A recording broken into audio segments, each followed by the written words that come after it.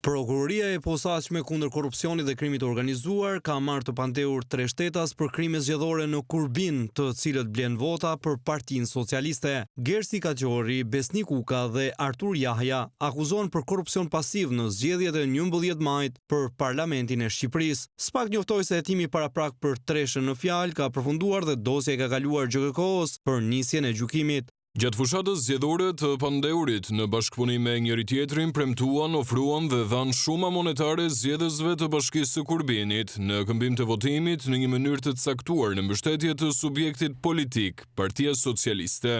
Hetimi evidentoi se të pandehurit ka qenë aktiv në fushatën zgjedhore në mbështetje të këtij subjekti politik, duke ofruar dhe shpërndar mjete monetare tek zgjedhësit për të ndikuar në mënyrën e votimit të tyre.